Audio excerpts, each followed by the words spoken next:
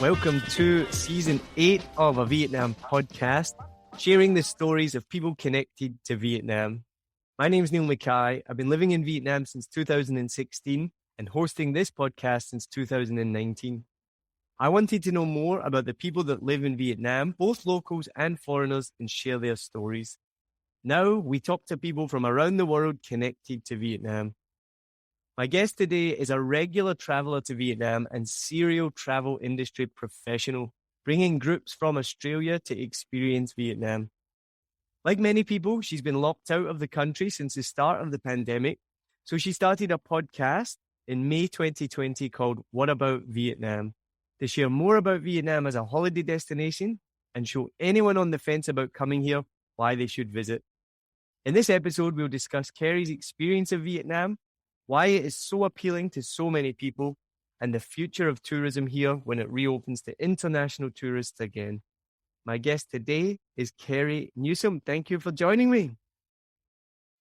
Thank you, Neil. Thank you for that lovely intro. It's great to be here. And thank you very much. If anyone doesn't know, I was on Kerry's podcast recently, so make sure that you go and check that one out. We talk about the comedy scene here in Saigon. But today I want to know more about your experiences of Vietnam. So when did you first come here? So I first visited in 2007 and I did, I guess, what they call the traditional top to bottom tours. So, try and cram as much as you can in a, 12-day tour starting in Hanoi and finishing in Ho Chi Minh. So that was my first introduction to the country and I was very impressed, had to come back. So that's very similar to me as well. We came here much after you, though, I think 2015 now. I'm losing track of dates and days and years. But we did the south to the north in about 2 weeks. So share then, where did you go on that trip?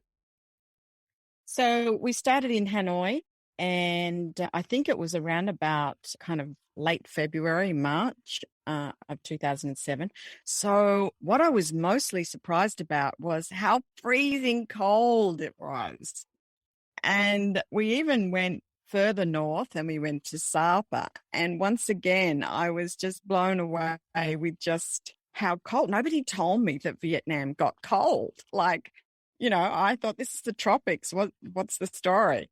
So that was a bit of an eye-opener. And from Hanoi, then we went to Hoi An, of course, in the center, and Hue.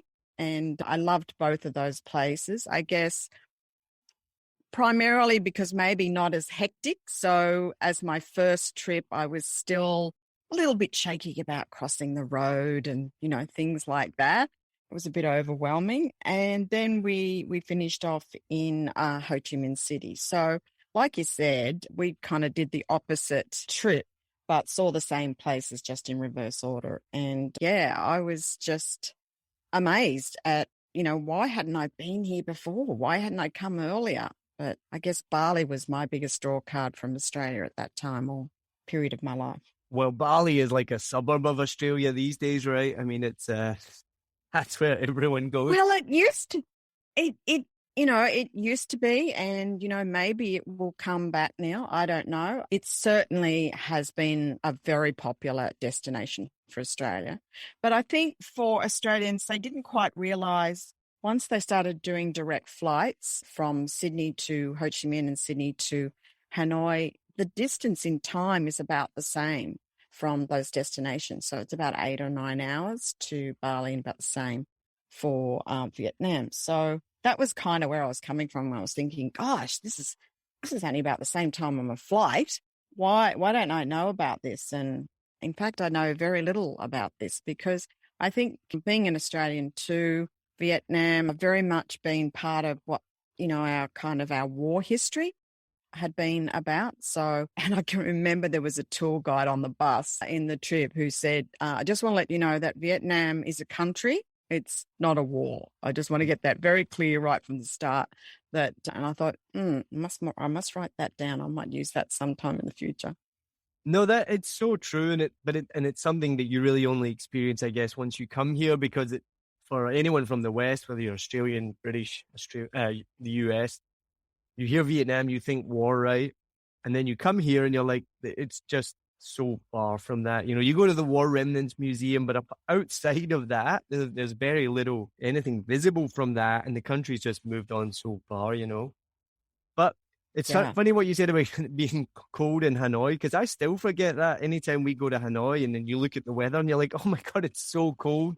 And I had a friend that just went there last week and I said, oh, how was Hanoi? And he's like, freezing, 12 degrees. And, you know, here in Saigon, where it never really goes below 30, 12 degrees. Yeah. And if you go even further north from Hanoi, so if you're going to Barbie Lake or are you going to Mai Chau or any of those places, it is snow country. You know, it is that cold. I can remember the first day I went to visit Barbie Lake, which I have to say is the most beautiful destination. It is just so pristine, that lake, and it's just so gorgeous. But we literally got off the little putt-putt boat after this 5-hour ride on the bus, and they said, oh, the air conditioning is reverse cycle in the room, so we'll turn it up to full heat. And we got under the doona and stayed there for the first day, because the chill factor on our face with the wind in that open air boat, and like we were like, I had heavy duty coats on and all that sort of stuff, but I was still freezing. I was going, I have to write this down. I have to take note of this. People need to know about this, because, you know, at this time of the year, February, and there was no one there likewise, because, you know, there were smarter people than me, obviously, in the country, but you don't go to these regions at that time, because you will, A, be on your own and very few people to look after you, and B, you'll, you know, freeze to death. Anyway, it was worth it, personally. Yeah, I mean, Sapa is just beautiful. I want to ask you more about that in a second, but one thing that you mentioned there, and it just really rings with me, is, you know, we came here, similar for you, short trip. You were here 12 days, we were here 14, something like that, and just fell in love with the place, which is just a reoccurring theme for so many people. What was it for you then that you came here, 2007, 12-day trip, and you've been coming back ever since? Yeah, well, funny, I think it was the people that I met. In particular, I met an Australian girl who, she joined the tour about halfway through in Hoi An. And I don't know, her and I just clicked. And she was running and still is running, a charity for sponsorships for the education of young girls. And, you know, because I came from a marketing background, because I'd been in the travel industry, I was a little bit in that kind of transition stage and thinking, you know, that what next kind of question. So I was so impressed by the people, and I could see the potential. Hospitality at that stage was very much on a growth trajectory. They were looking for quality people that had industry experience. So I just think it was the people mainly. I could see yearning for, you know, we know we need education. We know we need extra advice. We want to do this right. We want to connect with the right people. So she introduced me to a lot of people, and from that, it just kind of snowballed. Awesome. And what have you seen? You must have seen such a massive change then. I mean, I'm just thinking back, I came here 2016 for the first time, and the change in 6 years has just been exponential. And it's something we've touched on a lot on this podcast about the growth of Vietnam and how quickly it moves. So coming here 2007, I mean, Sapa, I've not been back since I went in 2016. And I actually don't think I want to go back, because I think it would have changed so much from the experience that I had. And we can talk a little bit about the positives and the negatives of tourism and the expansion of tourism, because there's definitely both. So what was it like though back in 2007 in terms of tourism? How was it developed? How did you experience it? Well, I think the best example I can draw for you is Hoi An.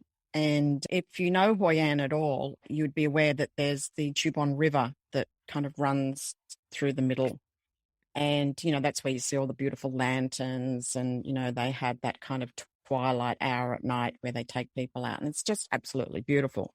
When I came in 2007, the other side of the Chubon River, there was nothing. Mm. There was no restaurants, there was no night markets, there was, a little shack here and there. There was nothing. It was just absolutely nothing. And I didn't come back between 2007. I didn't really come back till 2013. So, that amount of time, that whole area. So that was my biggest gobsmack when I came back, was that they had developed the whole other side, that had, as you say, good and bad, it had commercialized. But, in 2013, it was still nice to see the vibrancy. You could tell people were starting to grow the tourism. The Vietnam National Tourism Board was starting, I guess, be more well known and be more outspoken in the world, and started to market to the world. So, this little shanty place, this very, shanty place, and my friend Linda said, let's go for a walk through the old town and I'll actually show you the difference. So where there's all those shuttered shop houses, they were all kind of shut, closed.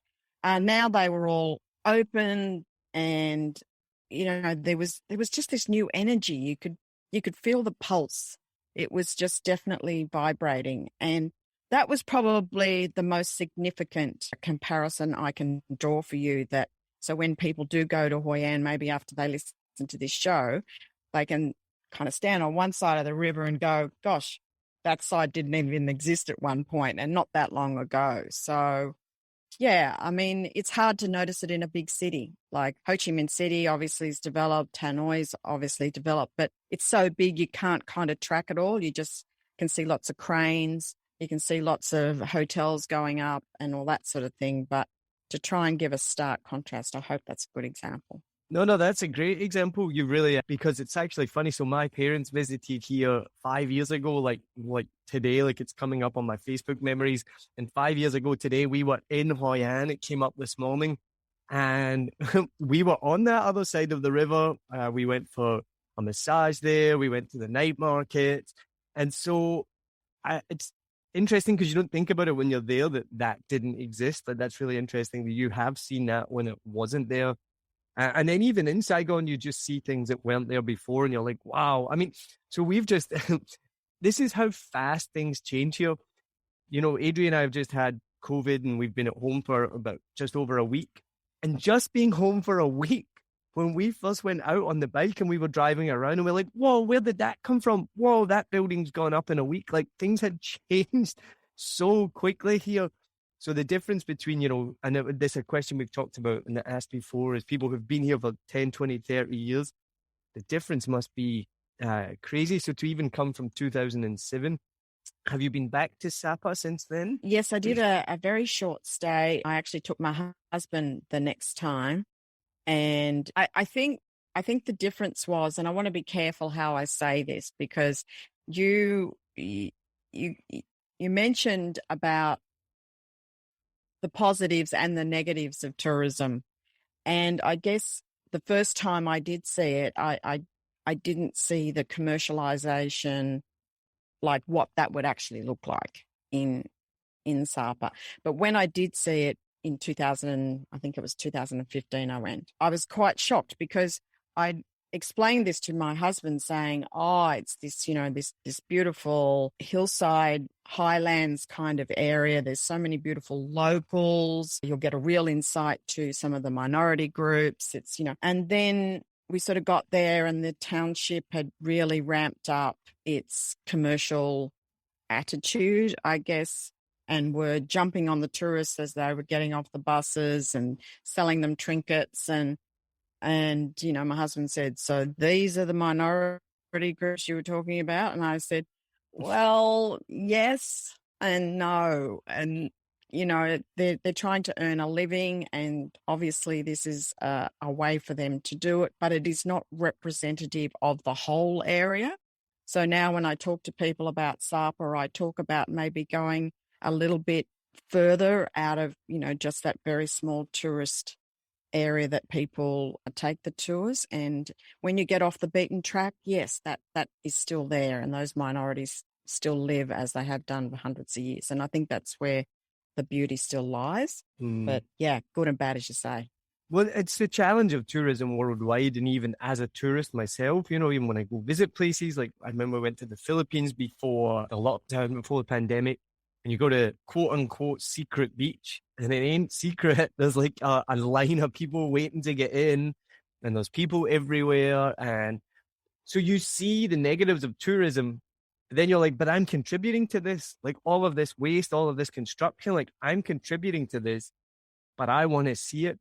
And so the thing about Sapa that I think is really stark. So that's really interesting because you saw obviously a massive change between 2007 and 2015, I think you said.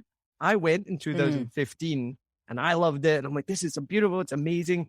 But you could see a massive, ugly hotel being built it wasn't finished. I think it is now, but it should be now, being built on the side of the hill.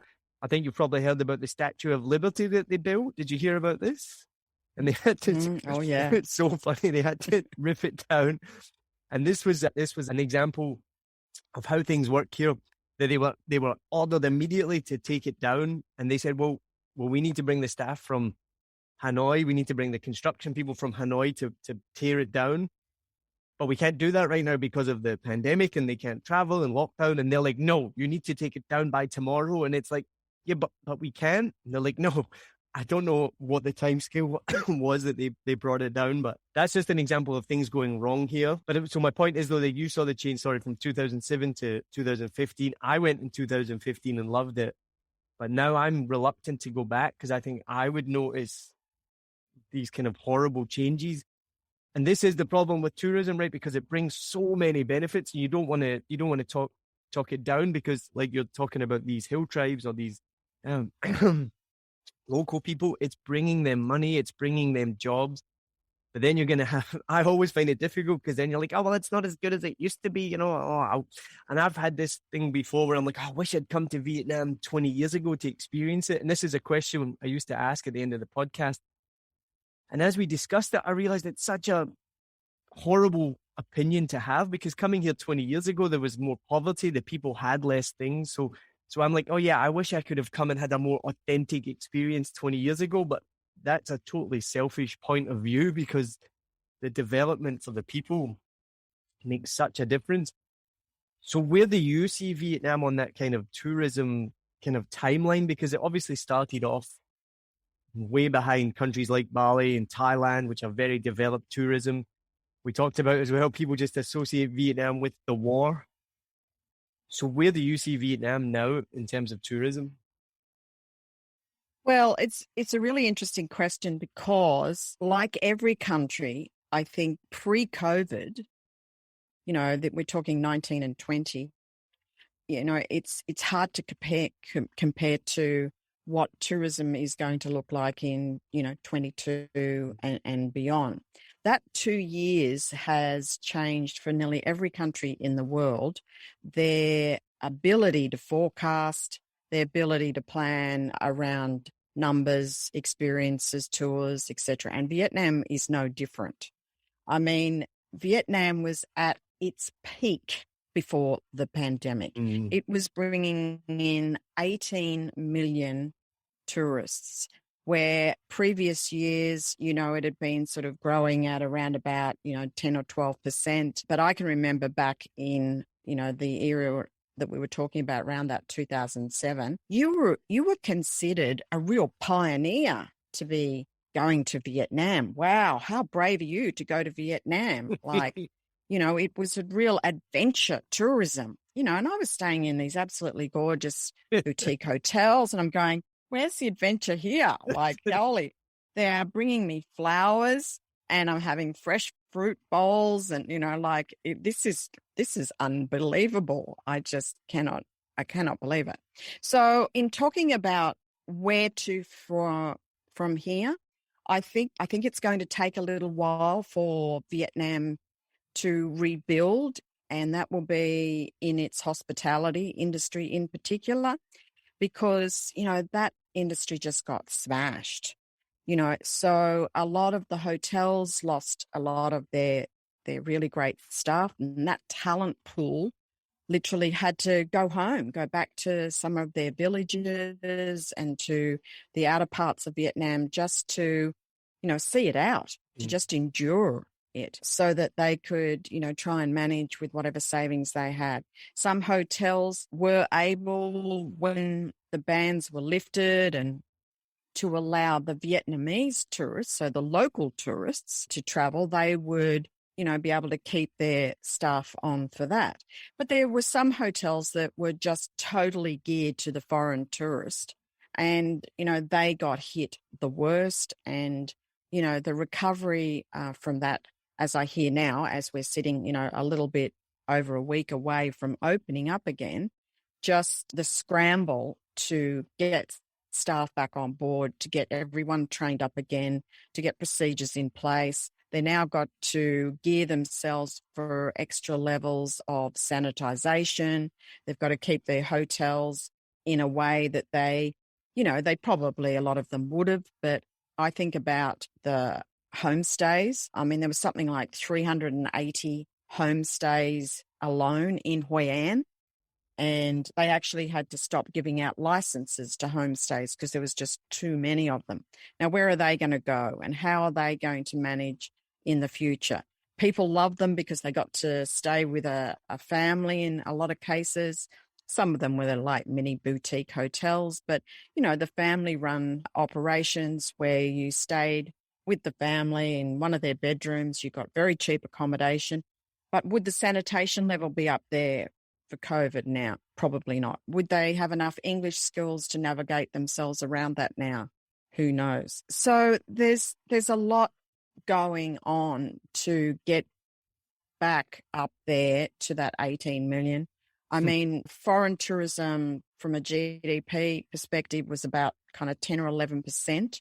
So whilst people, say, tourism is kind of everything to Vietnam and whatever, it actually isn't. Foreign tourism is a big part, but, with 96 million, I think, that's a fair few bodies to move around the country Yeah. in its own realm. And as we talked before about Tet, how crazy, there was no social distancing going on then. And, them wearing masks for Vietnamese, that's nothing. They've been doing that for, trillions of years. It's not a big deal.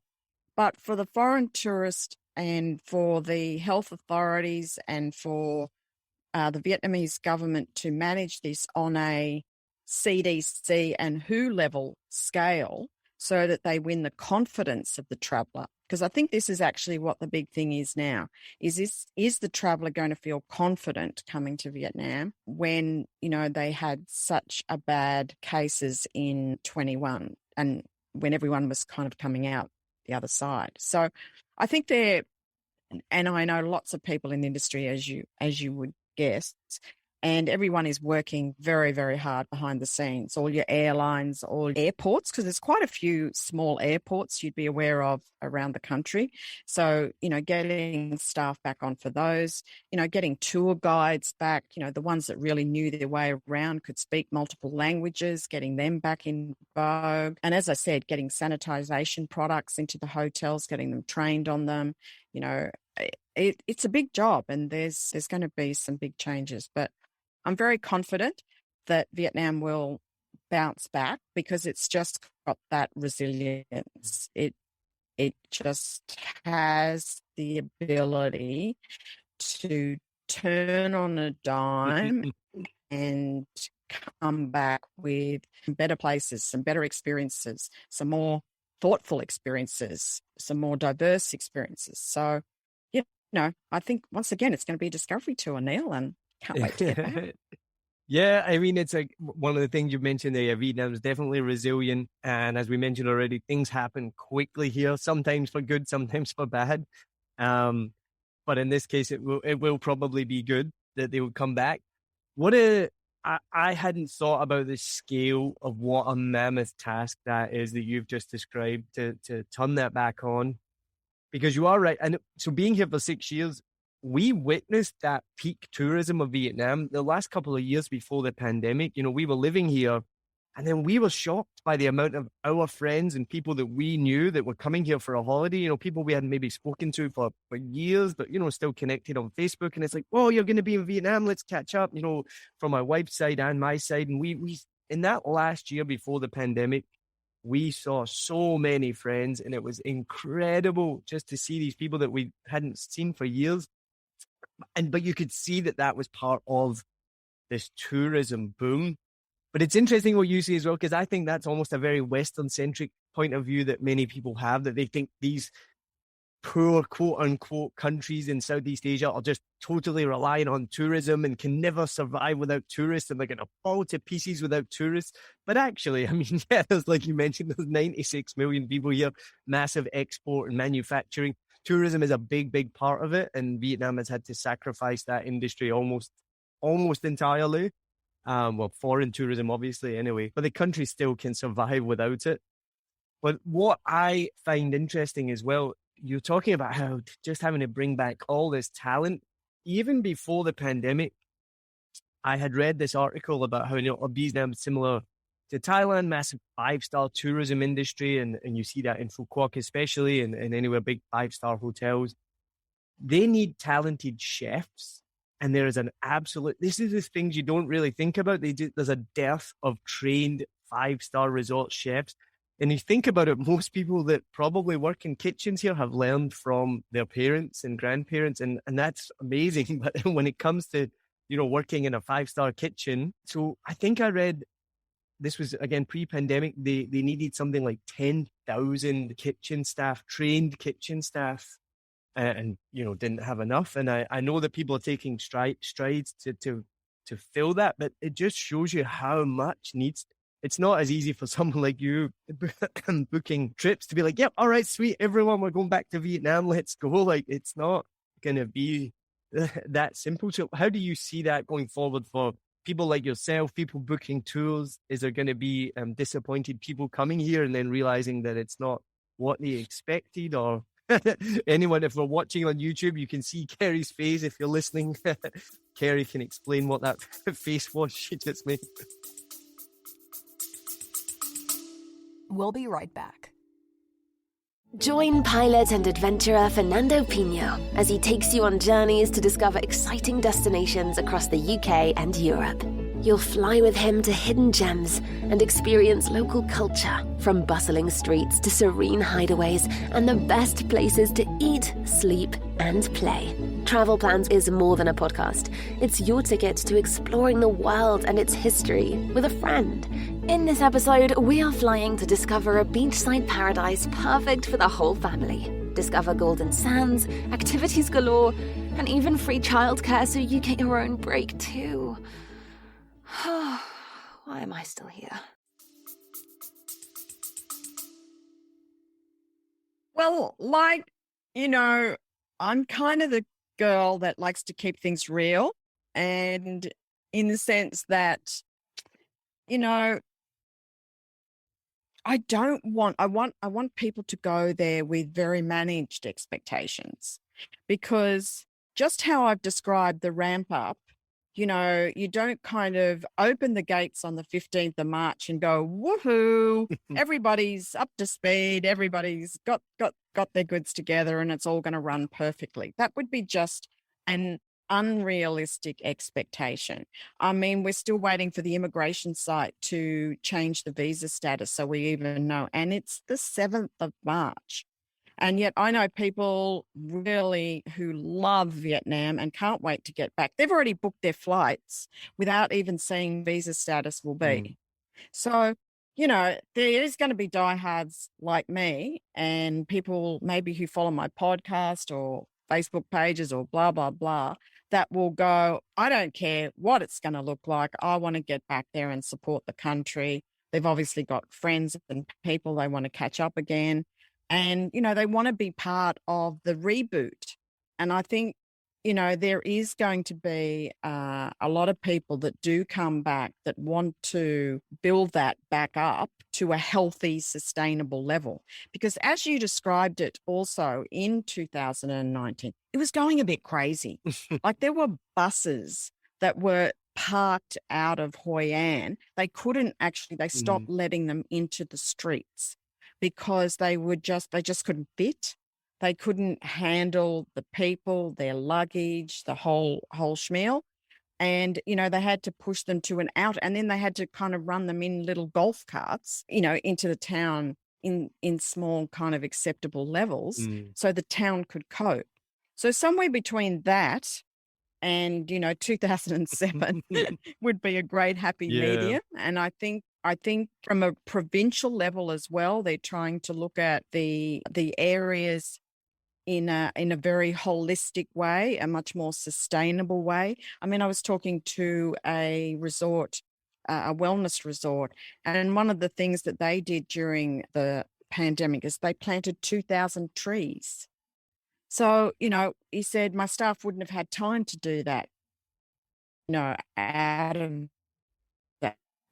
out of the pandemic. We're doing something that's positive, that's something for the future. We kind of came up with activities like this to be part of that regeneration. And I think, when you ask me, what am I going to say to people, come to Vietnam? Of course, I'm going to say, come to Vietnam, but do your homework, and don't read. There's so many, and I'm sure you're seeing this as well. If you read all the different newspapers, they all take a spin on the same story. They just change the headline. They mix a few words in the first few paragraphs, and they spin a different version of it. Hopefully it's the eye-catching one that, people will go, oh gosh, did you read that about, Vietnam? Oh, did you see that? Oh no, I read that, Vietnam is actually going very positive.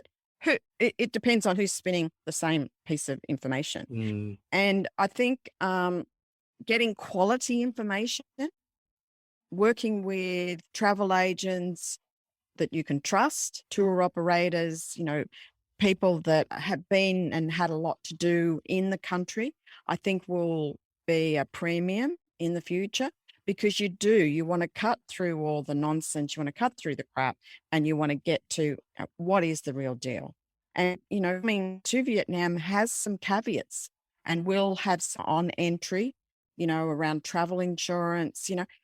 Have you ever had to show your travel insurance when you've gone to an immigration counter to say that you've got travel insurance that covers you for COVID for $50,000? Yeah. No.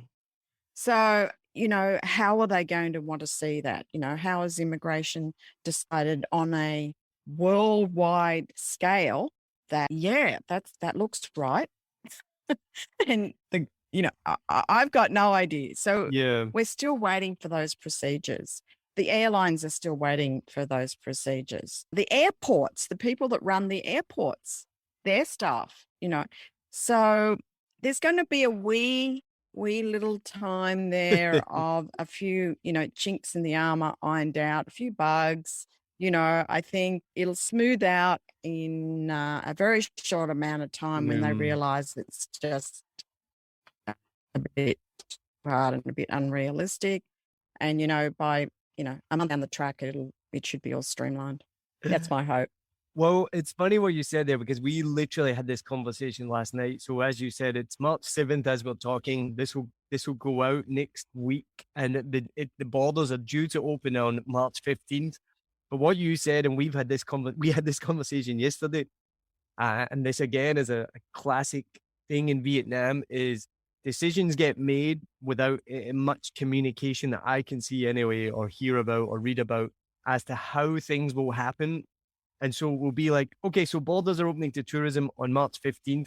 And what you said there exactly, this is the conversation we had last night with someone else, was, but visas aren't open yet. So tourism's going to open, but nobody can get a visa. So what does that mean on March 15th? Visas suddenly open. And you probably well know as well, in Vietnam, it could be March 14th at 6 p.m. at night. A decree will come out saying that tourism's not opening yet. It's going to happen on the 1st of April. Then the 1st of April will be the 15th of April. So it's really, really difficult to know exactly what's going to happen. And then that just makes it so difficult for everything. Like you're saying, what do the airlines do? What do immigration do? What's the process for showing your travel, your tourism? Like there's so much that needs to happen before we can just welcome tourism back, but it does seem to be on the right path. So hopefully it will come back. And the other thing you touched upon, and I wanted to ask you as well, I would hope so much, and I'm buoyed by what you said there, but I hope that can be applied more across the board, is to have more sustainable tourism, because it's been really obvious here in Vietnam, obviously a country that's come out of war, come out of poverty. People want to make money, and it's been like tourism has been a bit of a gold rush. There's not been much forethought gone into a lot of development. So, I mean, have you probably been to Moine, Phan Thiet? They've pretty much destroyed the beach there because they've just built right up onto the beach. I've been down, where was I was recently? Can't remember right now, but I was somewhere else. They concreted right up to the beach. So now it's all just eroded away.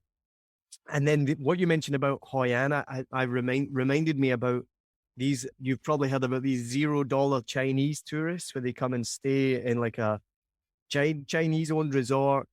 They spend all their money basically paying the Chinese resort and almost come to Hoi An and spend $0. They spend it all on the Chinese companies. So what do you see going forward? Do you think Vietnam will take this pause, this opportunity to go, okay, let's do tourism better? Or will it just go back to a gold rush and it's just going to be build? Let's not think about anything else. We need to make money as quickly as we can. Well, it was funny. I was talking to a friend who lives in Da Nang, and he said, "Oh, tourism must be coming back on." He's an Aussie. He said, "It must be coming back on. The buildings that look like that they were going to kind of fall over or just be kind of monuments on the sand, they've all come to life again. So tourism must be back on." So, I'd like to think that there will be a new attitude moving forward. There's certainly a lot of talk about it, and there's a lot more, or what I think, expertise in the industry now. I think what I'm seeing is a lot more professionals that are giving advice, and that advice is being taken on board. So there's lots of steering groups and steering committees that have got a very good mix of talent, to talk about things like sustainability and the environment and how to move forward long term. So I'd like to think, yes, I think it's definitely, and I think COVID's forced that for most countries, for most people traveling. I think if they want to get the traveller back and get the traveller back in tip-top speed, they're going to have to make sure that they can tick all the boxes for that traveller. So that traveller comes with confidence. I think one thing I will notice, and I'll say, here in Vietnam is also experiencing a lot of tourists in that very mature market. And I'll say mature because, I speak for myself. So, in that, the 50s, the 60s, the 70s. And I think with COVID, that market might be a little bit more careful and maybe a little bit more considerate around traveling to Vietnam until things again. But, because Vietnam has, and I travel alone 90% of the time in Vietnam, it's very safe. I've always stayed in, very nice accommodations, and you can get great value for accommodation in Vietnam versus, many other countries. Getting around was easy. There was, it was just perfect for that market. But because of COVID and making sure that everyone's got that COVID protection at whatever level that is, I don't think they're going to be running through this. I think there will be more the young at heart and the heartier that will come first, the diehards second, maybe close first. And I think, I'd like to think that, what I'm trying to do with this podcast of mine is to keep people informed about where and what Vietnam is going to look like moving forward in various places. Yeah, I hope so too. And I'm just thinking, when was the last time that you were in Vietnam? So you and I think we discovered we nearly crossed paths because I left on the 19th of March, 2020. Right. Yeah, and yeah. I wasn't due to come back until the 29th. And I think I admitted to you, I was in denial. I was like, endemic, pandemic. Yeah. If they call this a pandemic, that's just it. But my son was ringing me saying, "Mum, I think you really need to come home." my husband was saying, look, the news over this side of the world isn't looking good. We don't want to shut you out of the country. And I'm thinking, well, the worst thing could happen is I could get stuck in Vietnam. That's not so bad. No, for sure. But yeah, I had to get out, had to come home. And I think, I mean, there was people, sorry to add this, but I was remembering about this girl, and she worked for Intrepid, and she was a tour guide, and she was Vietnamese Australian. And she was literally running to get her seat on the plane because it was packed, because it was one of the few planes that were coming back into Australia. And she wanted to get home and get to her family, etc. Because, the tour company had said, we don't know when we'll need you back, so go home. Yeah, I mean, if you go back and you listen to our story, which we shared on a podcast way back in season 3, I mean, we nearly got stranded in Australia because we were fleeing back from New Zealand and came through Australia. And when we landed in Vietnam, they took one look at our passports, which was American and British. And at that point, they weren't allowed in the country. And then they were like, you need to get back on the plane. And we were like, we don't live in Australia. We live here. Like, our dog is here. Our life is here. We live here. And we managed to get back in, thankfully, but been stuck here ever since. But the reason I was asking, I mean, even in those 2 years since you've been here, wait till you see Saigon, the changes. I mean, we have a bridge now that's about to open that goes right into the CBD. They've just opened up the waterfront at the river. Yeah, so you'll be amazed. You'll be amazed. So I can't wait. I can't wait. Where are you most looking forward to going to when you come back?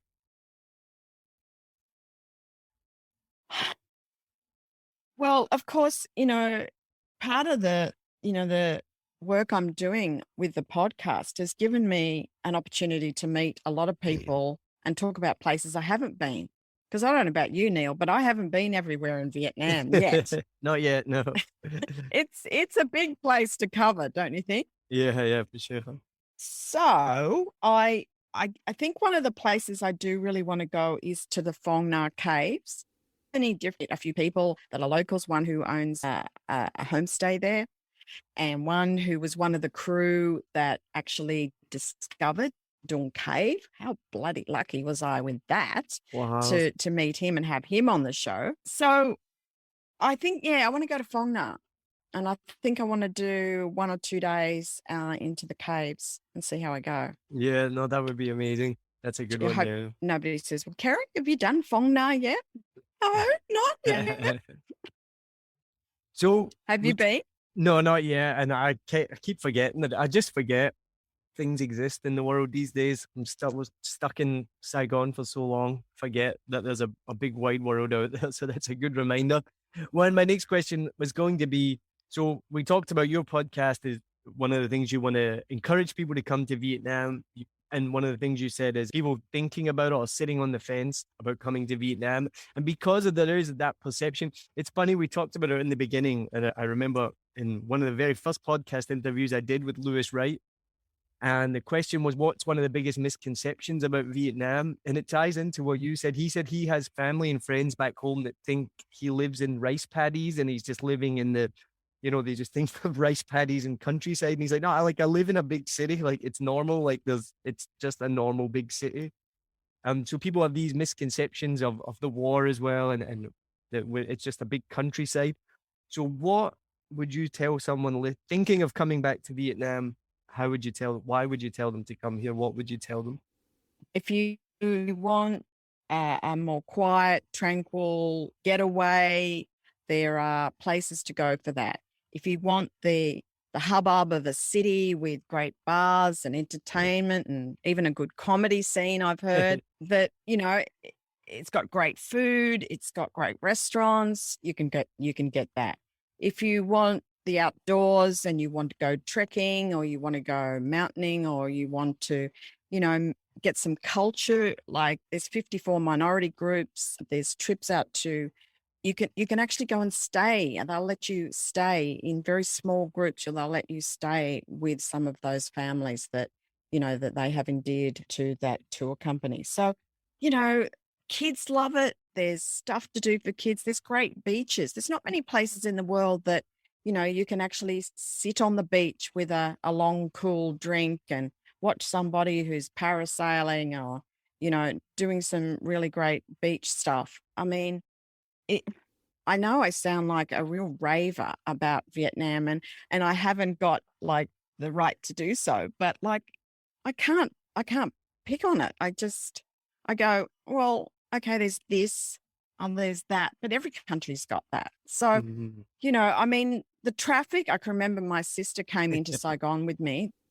and she stood outside Ben 10 markets, and I said, come on, we'll go and we'll grab a bowl of something or whatever. And she went, I can't breathe. I can't breathe. And, oh my God, have I? And then I realized that maybe I had kind of desensitized Yeah. myself over the last few years, that, obviously it wasn't in my face. I'd learned to embrace it, but for someone, and that's actually a good yardstick. And she hates how I always refer to her in that way too, which I hope she doesn't listen to this. But, there's people that it is, when you step off that plane and you arrive into the major cities, if you thought that was all Vietnam was, you'd probably turn around, get back on and go back to where you came from. But I think if you're prepared to push through that and see it, go a little bit deeper, get to know the locals. They're so beautiful. They're so helpful. They're so lovely. I mean, being a Buddhist country, mainly just their attitude, just their kindness, I always feel uplifted. I always think, I've got a better view of human nature after I've been to Vietnam. For some reason, I come home and think, oh no, the world is really good. There's really good people that do really nice things without asking for it and don't expect anything. Where you get back in your own cutthroat country and you go, yes, commercialism is alive and well here. Yeah. Not that I don't love my country, by the way. It's funny about being desensitized, like absolutely, and funny what you're saying about being outside of Bin 10 markets and the traffic. And I remember when my mum and dad came here, as I mentioned, 5 years ago, I was terrified that they would be so terrified and so scared of the heat and the traffic and the rubbish and the trash that they would just want to stay in their hotel room the whole time and never leave. And it couldn't have been more opposite. They couldn't have embraced it anymore. And it's funny as well, you reminded me, it's my first time in Hanoi trying to cross the road, and my wife and I just kept taking one step forward, one step back. We were like, what do we do? We need to go. And then the next second, all I feel is this hand in my back and this little old guy just going dee, dee, dee, dee, and pushing me across the road, and big smile on his face. And sure enough, you just get through the traffic and you get to the other side and you're like, what the hell just happened? But my last point I want to make, sometimes I forget, I get desensitized as to how lovely and beautiful Vietnamese people are, like you mentioned. Because I've been here so long, it's just normal to me. And there are the odd moments sometimes where I think, and kind of like you said, if you think about maybe how someone in your own country would react, or some of the countries I've lived in, and I'm like, I forget Vietnamese people are amazingly lovely and beautiful people, and I've had so many experiences of that. And that's a shame because I get desensitized to it, but just because I'm so used to it. But I do get the odd reminder about that. So thank you so much, Kerry. This has been amazing. I'm excited about tourism coming back and see how it develops. I'm excited to meet you in person for the first time. So hopefully you will be back sooner rather than later. So before we finish up, we're going to finish with the same questions that I ask everyone at the end of this season 8. And the first one is travel related, is if you could travel anywhere for Vietnam for a week, so you're going to stay there for a week, where would you go and why? Well, as I said, I want to go to Phong Nha, but I want to stay a week. You would stay there for a week? And yes, but I wouldn't, as I said, I wouldn't be caving the whole week, but I hear there's a really great community, and the local community kind of gets very involved with, and I just think there's going to be a good vibe. Somebody once said it's like the old Hoi An. So I thought, well, maybe it's like that 2007 version, but I'll definitely go to Hoi An as well, as I always base myself there. Well, and just to go all the way back again, what we're talking about, tourism experiences, this is kind of like the shame, right? Because when these amazing tourist sites become over touristed, then there's the adventurers and the early adopters, like people like you and myself, that then we try and go a bit further out to try and find something else that's unexplored or not as touristed. But then that just contributes to this new place becoming over touristed. And it's kind of, as I said, it's a bit of a vicious cycle. But anyway, so what advice would you give to a tourist coming to Vietnam for the first time? The best advice I give people is how much time to spend. You can fit in this and this and this, and this is only 60 kilometers from here to here and whatever. But, in some places the roads aren't great. A lot of places the traffic is chaotic. And I see a lot of people trying to cram a lot in a small amount of time. And I would think just to consider, so you can kind of breathe it in and not feel like you got to get up early, you miss out on your breakfast at the hotel because you got to get your bag out early because you got to get on the bus. And, it's like, go, go, go. You don't actually get to really enjoy it. I've said to them, oh, you were in Hue, did you go to such and such? Oh, there's a cute little coffee shop at such and such. Did you get to sit down and, just sit and look at the human race go past? And no, we didn't have time. We went to this, we went to that, So I think time, people to plan their time out and to be realistic about, the flights in between or, bus travel can take a long time. Some of the trips up the north take, 6 or 8 hours in a bus. Like, the train to Sapa from Hanoi is, it's an overnight train. So, just to manage time so that you can really enjoy it. Maybe you might have to come back a few times to see all the things you want to see.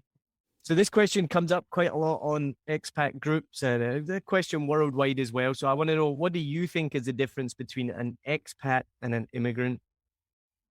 I think the difference is for an immigrant, you're going with a long-term, I'm settling attitude. Like, this is it, where I think an expat is going with a maybe more indefinite plan. So the expat is going to consider what the work opportunities are going to be like, what the future, but nothing fixed in cement, where I think an immigrant has obviously, sort of maybe already figured all that out and decided to pack up all their chattels and definitely move to stay for a more, long-term, no holes barred kind of existence. What do you think? No, I mean, I agree 100%. Yeah. So yeah, I just think because it comes up quite often and people think it's a race thing and they say, oh, well, why is a white person not an immigrant? And I mean, they definitely can be. Like, my sister's an immigrant to Australia because she immigrated there with the intention to live there forever. And that's what she'll do. So in terms of Vietnam, most white people or most people who are not from Vietnam are expats and will be for years because they can't become immigrants because unless they get married to a local person, there's no pathway to stay here. So correct. I think it's just a thing that people like to, I don't know if it's virtue signaling, but I'm on a big rally against virtue signaling lately. And people like, oh, well, why are expats not immigrants? It's a race thing. And it's like, no, it's just, they're just not. I just don't know if they can live here forever. But anyway, I wanted to get other people's opinions on that. Last question. If Vietnam was a person, how would you describe them? Oh, I thought a lot of that question now, and I wanted to get it right, but then I thought other people are going to say the same thing. But my word is charming. No, I beautiful. think Vietnam charms the pants off you. I think they are charming, and I love them because they're charming. Their smiles, everything about them makes you, and about the country makes you feel charmed. So I always feel like, I wish I could put it in better words, to be honest. I just can't help but say they are the most charming people and country in Southeast Asia. Of all the Southeast Asian countries, no, I agree. Vietnamese are the most charming. I 100% agree. And I think that's a great way to describe Vietnam as a person, because it's why people like yourself come here for a short time, like me came as well, and so many other people, and then they get charmed and they stay or they keep coming back. And it is something I agree as well. And I've mentioned this before on the show that Thailand's always got this reputation, and it's, the country of smiles. Is that what its tagline is again? What's the tagline for Thailand again? And it's Thailand, it's so beautiful. And I went there and it was like, the people didn't charm me. I felt a lot of them were quite rude. Maybe they just got fed up with tourism, but I didn't go to Thailand and get wowed like you kind of expected. But then you do come to Vietnam and you do get that like kind of wow, you get charmed because as we've mentioned, the people are so nice. So no, that's a great one. I like it. So before you go, tell people more about your podcast. What about Vietnam? I'll put some links in the notes so people can follow it. Tell us all about that and why should people listen? Well, I hope people are going to tune into the What About Vietnam podcast because I'd like to think it's a bit of a deep dive on travel experiences. You know how you look at a country and you start Googling it and then you start going through the Lonely Planet stuff and the TripAdvisor stuff. And, it's really hard to relate to some of it. I hope the podcast is informative. I hope it tells people a lot about a destination or an experience because I kind of mix it up between both. So sometimes I'll just talk about Munay, say, for example, or Hoi An, but then I'll talk about cooking classes or I'll talk about river cruising or I'll talk about diving. Did you know all these great dive centers in Vietnam? Talk about trail running and how you can experience the areas in North Vietnam. And, David Lloyd, who I interviewed, said, it's an eating fest. People run and eat at the same time. Like they absolutely love it. So the podcast is designed for potential travelers to I have a transcript for each episode. So if you prefer to be a reader and read through some stuff, you can print it off. It's a PDF document. So you can, get your highlighter pen and say, oh, let's do that. That sounds good, whatever. And I publish every fortnight. So there's something new and alive happening. And as you say, in Vietnam, there's always something happening around the corner. It pops up, etc. So, yeah, I just want people to use it as a resource to help them trip plan and get good advice. I work with a Vietnamese inbound tour operator based in Hanoi. So they're used to bringing foreigners and handling foreigners and their tourism requirements in the country. So they're always my go-to on the ground to get me the right advice, not the spun advice, the real McCoy advice. And so, I hope that my years of experience pay off for people and they can use it to have a great time in Vietnam. And please feel free to reach out to me through the podcast, through my social media pages, etc. If you've got any questions, happy to answer.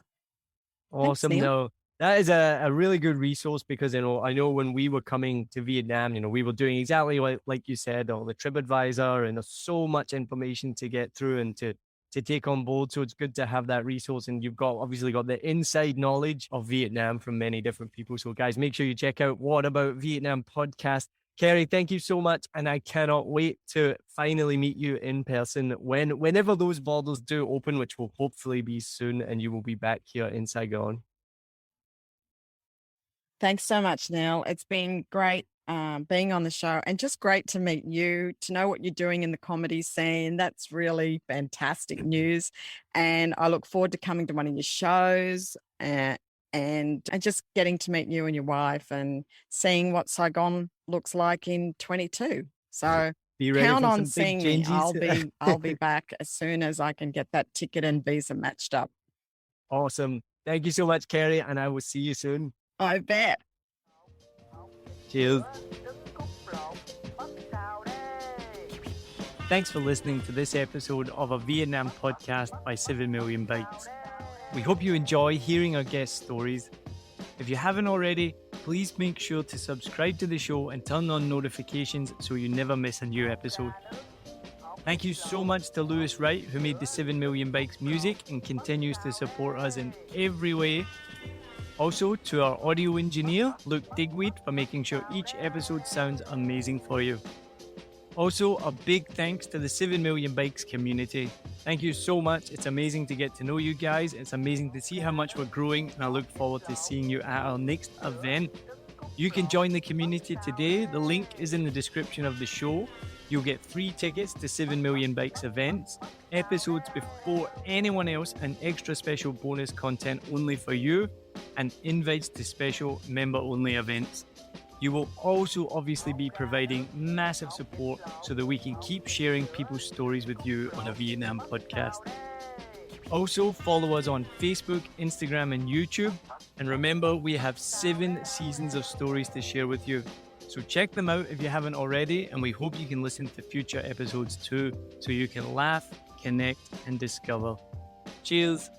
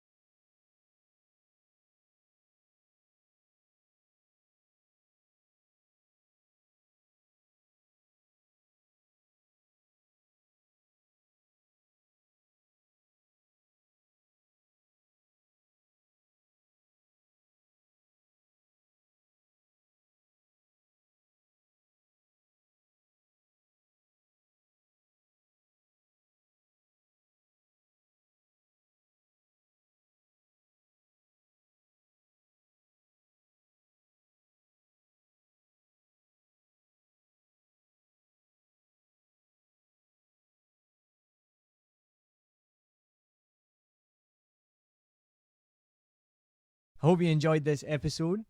If you're like me, you may use your laptop at places where you have to use public Wi-Fi. This opens you up to digital snoopers. It's a massive problem. It can be your internet service provider, or you know who, looking at what you do online, or a cyber criminal trying to steal your bank passwords or credit card info, or even a hacker at the next table trying to steal your sensitive data. These days, it is vital that you keep your data safe. NordVPN keeps all of these snoopers away. It makes your internet activity private, protects you from accessing dangerous websites that are phishing for your data, and lets you enjoy your favorite content securely, even while away from home. And it's easy to use, even I could use it. I've actually been using NordVPN for years now here in Vietnam, and I'm excited to be an affiliate partner with them. I've used NordVPN to watch Netflix, BBC, Disney Plus with ease. And I also know that my information and data are safe from prying eyes, whoever they may be. Join now and you'll get 68% off and 3 months free when you go to my link, nordvpn.com/SMB. Just again, for those hard of hearing, nordvpn.com/SMB. The link is also in the show notes. I know nobody checks them out, but go check that out and you can get the link from wherever you are listening to this podcast. As an affiliate partner, it also means that I will get a small commission when you sign up, but at no extra cost to you. So not only will you be getting a great deal through 7 Million Bikes, you get a great VPN and you'll be supporting 7 Million Bikes podcast. Stay safe online and enjoy the shows you love. Any questions, just let me know. You know how to get in touch with me. And thanks for listening to this show. Cheers.